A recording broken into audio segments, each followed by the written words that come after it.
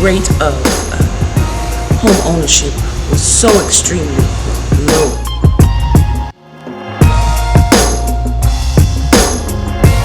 There were 3 public housing developments in our community.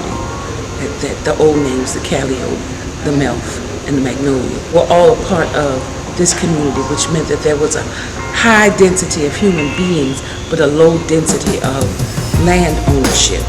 But there was community ownership inside of those human beings. Central City is rich with culture. You have the Indian families that are here, you have your musicians, you have your artists, but they can't necessarily afford to live here unless they are one of the lucky ones in which their family has owned these properties for years.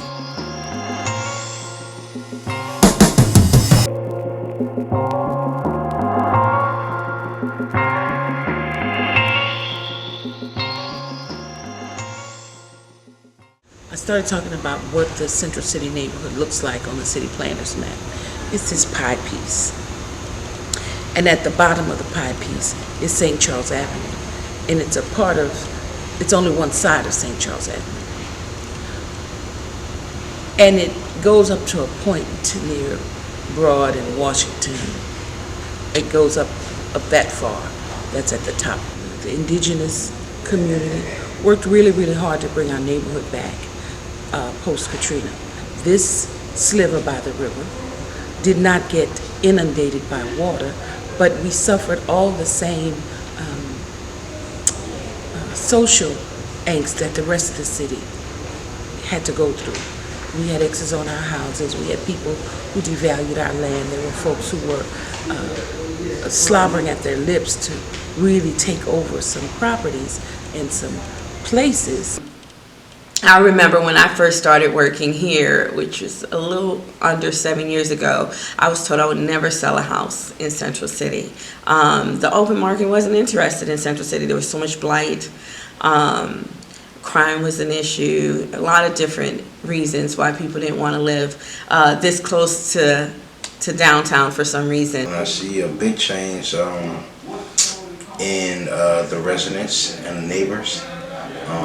You know, it's an unfortunate transition, you know, but it's happening in front of our eyes.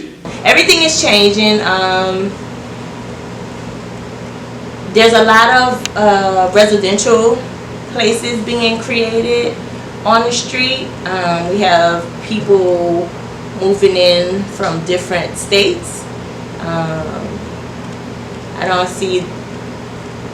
The neighborhood is slowly changing from a majority black neighborhood, and other people are moving in. Yes, I do see displacement happening in Central City.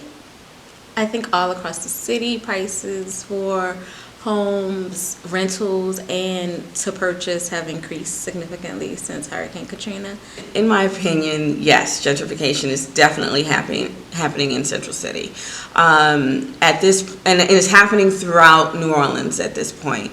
A rental for a 2-bedroom may have been $400, $450 before the storm.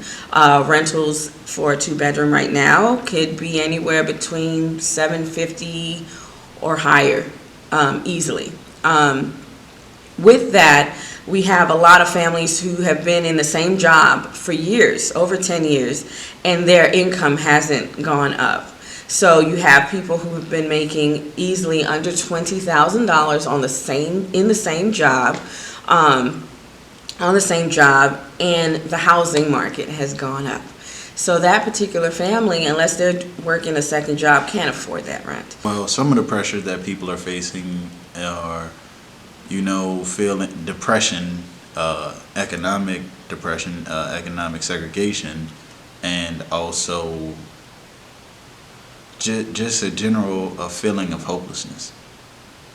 Because a lot of people, families, their parent bring in $15,000 and that's what they live off of. And so living off of $15,000, you really get depressed when your water bill is like $120 and your paycheck is like, $500. And then you have to pay for food, then you have to pay for like just the necessities, the simple bare necessities that will push someone to the edge. So with all make enough money to afford a $400,000 home. That's just it. I think what baffles me is that nothing's different about the home. It looks just like some of Harmony's homes, and you're selling it for $400,000 or more. They are literally not marketing to us. A culture is something of unity, it's love, it's respect, it's honor. It allows people to know that your people do care. We take the time to make these suits to make sure we show you that we appreciate you for being a part of the neighborhood, for being a part of the community, for staying within the community. Now where it get twisted at, all of a sudden, you got a new group of people that lives in our community. Now they say they like what we do, right? They like what we do to an extent. And when they move in these houses and all that in your neighborhood, and when you start doing your music and practice, they want to call the police, talking about noise. How do I make noise? You move here because you like the noise. You move here on an event and loved it. You flew here, I grew here. Now you gonna tell me how to live. Isn't that amazing?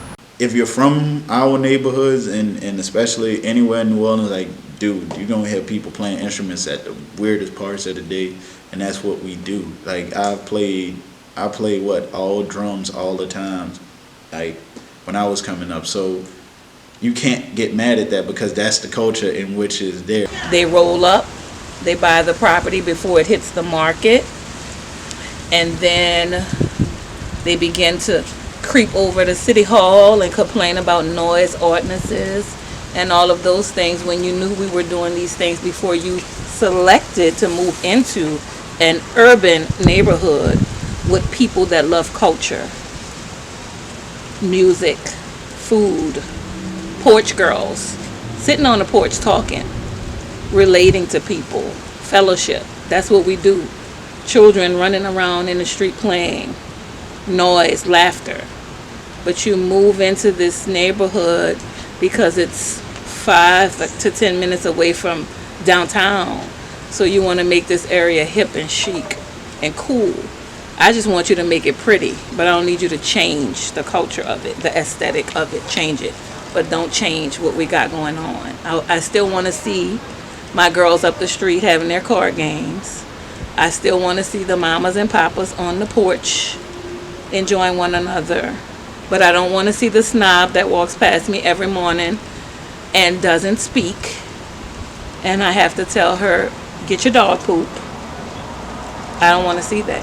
We're finding money for bike lanes and bike racks when there's a lot of little children that's been playing in this neighborhood that didn't even have a bike. So where is the money coming from? Central City has a reputation as a killing field. It was so violent, there was so much crime for other people, and I don't want anybody to be hurt. So when you look outdoors and at 9:30 and 10 o'clock at night, two real bouncing and behaving white girls walking up the street, baby, you better get inside somewhere. This is not a safe place for you. And then my thought was, what you looking for? You looking for drugs, that kind of thing. And then I realized, oh, they live down the street. Just the feedback that I've gotten, I think they want to belong, but New Orleans is such a different city. It's not going to be like any little Mayberry town, because we're like really a city, but we really act as country folks in regards to like how we deal with our neighbors. We're very friendly. And I think that takes them aback. They may not be familiar or comfortable with that. They're impacting the culture of the neighborhood in the sense of they bring in their particular perspective, but it's not really a community perspective. When I would say around like 5 years old, we had block parties. It was more a community feel. It was an era where you can have a block party You speak to the neighbor across the street, and that's mostly New Orleans culture, and especially culture uptown. Everyone knows each other, everybody kind of related, so we all kind of communicate and commune with one another because we living in the same shit.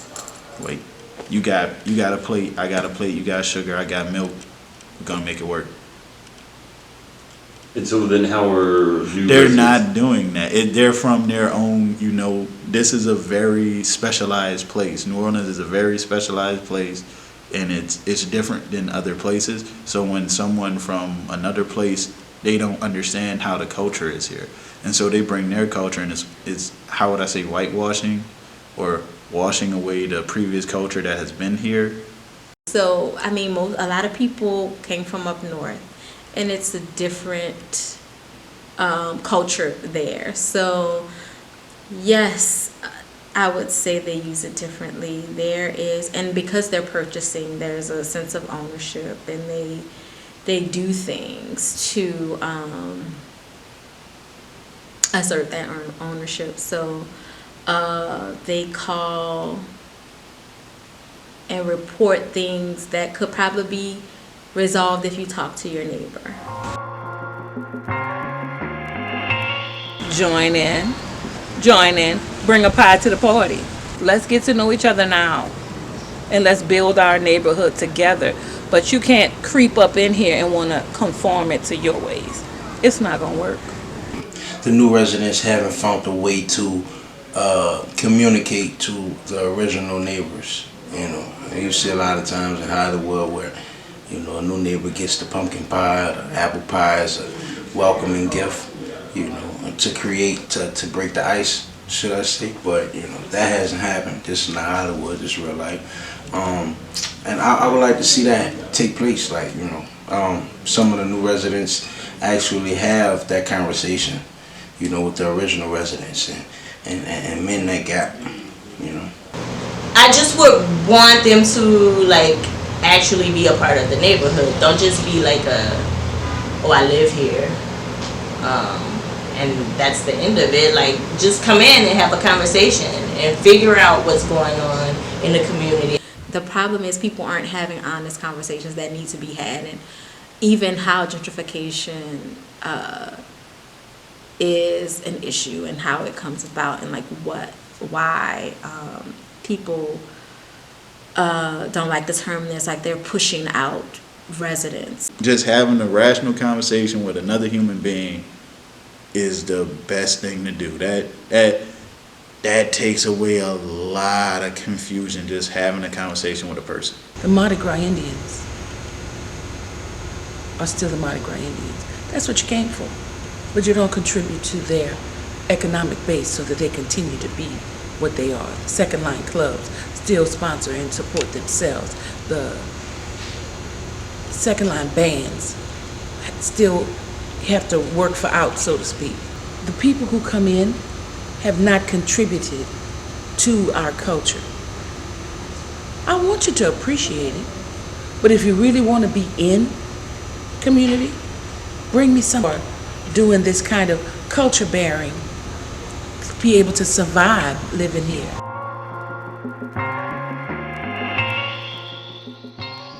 For the most part, the businesses that are here don't really cater to the neighborhood. I don't want to call any certain businesses out because I'm not saying that they're not doing their part. I think the initial neighbors don't feel like these spaces are created for them. They're not even interested in trying to figure it out because they assume that it's going to be too expensive, too fancy, or something like that. How can we create a way to benefit from these businesses benefiting from us? They don't even live in the community. They're literally minutes and half an hours and stuff like that away from the very community they're generating all this money from. So how can we create a space to where they're returning a percentage of the money generated from us? As businesses move into New Orleans, or they choose to build in New Orleans, there needs to be something in there that gives them a social responsibility, that holds them to a social responsibility to hire residents and in different tiers, not just at, what's the word I'm looking for? Not just at entry level either. You know, there needs to, you know, at all incomes, we need to be hiring our residents long-term, you know, our residents that have been here, right? When I think about displacement of family, I think about housing and how it is that you can get vouchers or how you can get subsidized housing, so you know, some of your rent is subsidized in some kind of way. I believe that does displace families. A lot of time the man cannot be in the house. There can't be any male figure in the house for some reason. It would be great if we could have programs that cater to whole families. Everybody's not going to own land. The poor will always be with us. Those people who have to rent and have to live in low-income situations. In New York and other urban areas, there are tenants' rights policies, and there's a board or a department where people can seek help, so that because they can't support themselves just by saying, that's not fair, they shouldn't have done that to me. I would like to see our newly elected officials do something along those lines to put some supports in for people who are not necessarily property owners, but are as important to our communities as those people who actually own land. What's the vision for this neighborhood 10 years from now? We should all be doing it together, and not someone sitting up in a chair somewhere that don't even live around here and know what's happening. It should be all of us with these addresses in this zip code planning this out together. Let's build our families together. Let's preserve and protect our neighborhoods together. I definitely think there should be citizen boards for development, for permitting. Neighbors should not know something, residents shouldn't see that something's happening in their neighborhood because there's construction starting. It should happen way before then. I do know that, you know, having stake in those type of groups and, you know, boards are very impactful and very needed. And unfortunately, there's not a lot of black people that are part of those type of committees or councils. You know, I truly believe that, you know, that's where it starts. It starts with being in a position to control policy. Who's able to get money to buy the properties is a real factor in gentrification.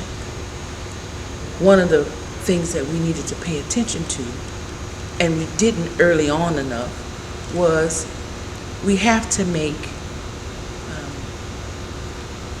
home and land and property affordable in a different way, so that the people who live, work, worship, play, and have roots in the community can afford to stay here. Access to capital, access to the ability to borrow money and own your space is crucial to balancing gentrification and culture and economic stability for the people who live in a certain place. We still have a lot of properties that are inhabitable. That's insane, right? What is going on with all of these properties? And if we are going to put them back in lines where, you know, people can own them or rent them, there needs to be carved out at all times certain affordable units every time. There needs to always be an investment into housing, or we're gonna lose our families to all this wonderful development, because we need the development. There's still a lot of properties out here, a lot of houses that need to be rehabbed, or lots that are available and may be owned by the city or other entities that are looking to sell them. I would encourage them to make the residents of New Orleans first. Make them first top of mind when you do sell these properties. That would mean maybe partnering with the nonprofits that know how to do the work, know how to develop, know how to target, and work with residents. Thank you for asking about solutions. I think that people in the community need to start thinking about home ownership and what that would mean for them and how they access that resource. I learned one thing from my mother all my life. She made sure everybody brought a house. The best thing African American have is land. If you got land, you got plan. If your ass ain't got no land, you ain't gonna ever have no plan, because you don't know where you're gonna lay your head at the next day. It's the biggest thing is to have a plan, work in everyone's best interests as far as the family itself, and do something. It's a terrible thing to just lose it, because that's how you build. To this day, land is one of the biggest way to build wealth. Right? There's nothing wrong with going to legal aid to talk about what you're thinking about doing. And I would reach out to any of the nonprofit developers or homeowner counseling agencies to see where you can get resources to help you in making a decision. Figuring out how you don't get displaced from a neighborhood that you love, and how you promote the authentic traditional culture that was here, even with all the changes. So I think having this broader conversation of economic, financial wellness within the residents, within the families in this neighborhood, and how families can support each other in building this intergenerational wealth, and how home ownership is one way to do that. I have a young lady, she's been in hospitality for about 15 years, on the same job for about the same time, the same location, and makes less than $21,000 a year here in New Orleans. It's crazy to me, right? But ask me about, we've helped her, she's in her own home, affordable mortgage, has a retirement account, has 2 CDs, has, just has it all. But that's when she files her taxes. She doesn't spend that money that she gets back. She takes it, and it goes straight into investments. So now the rest of her sisters, if they need a loan or something, they're going to her, right? So then the extra cost of the loan goes away, because they're going directly to the family member. And in essence now, I want to say all 4 other family members now own homes after she made the move. And because of the money she was able to save, if they needed help or whatnot, she was able to step in. She makes $21,000 a year, right? And she has 3 children. Come on now. If she can do it, any of our families can do it. And maybe it's not doing it that way, but figuring out the way that works best for that unit, for that family. Voting is very important, especially when you think about how government plays a role in gentrification. Well, in this upcoming election, you have to not only show up, but you need to know why you're showing up. You need to get to the facts and know why you're supporting the candidate of your choice. You need to read. If you can't read, then you need to be able to listen. If you can't listen, then you need to read. It's one or the other, and you need to know why you're doing this thing. You can't save the neighborhood if you're not in what's going on. You got to learn how to read about these people who running for office, and go to them rallies and ask them one thing: what is your plan for my community? How do you see the Harmony Oaks as a part of your infrastructure when you become mayor? I beg everyone to, use your to follow your civic duty, and to vote for the candidate that is most likely to advance not just black, white, or Puerto Rican or whatever color but to advance people in general in knowledge and in economic opportunities. A person that gives everyone a fair shot at the ball. That's all I ask. That's all I ask for, a fair shot.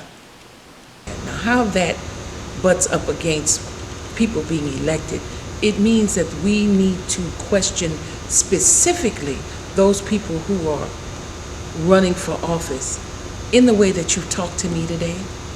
We have to ask them specifically some of those, what their response is about gentrification, how they feel about it, what they're going to do about it, what they think are or what they see as rational, reasonable, and doable things, and what their platform is as it relates to losing our indigenous communities, or helping to save them, or helping to support them. Are you doing anything to help inject economic supports to people who are culture bearers in this community? Because they are the essence of who and what New Orleans really is. I definitely encourage all of our residents to vote. During these times, it is critical that our voices are heard. As you are considering a candidate, you want to know where they are on the issues that matter most to you, especially around housing, especially around anything that can involve your pockets, your money, and knowing where your money is going. They need to have a plan. And so we also need to have a plan. We need to know what is important to us. And once you understand what's important to you, write that down, and then look at each candidate and see where they stand on those particular issues. And I also want to encourage everybody who has the right to vote to go and be a part of that process and vote. We have a lot of great leaders that gave their life for that right, for us to be able to vote. So take advantage of it. It may seem like your voice not heard, but your voice definitely won't be heard if you don't push the button. So vote.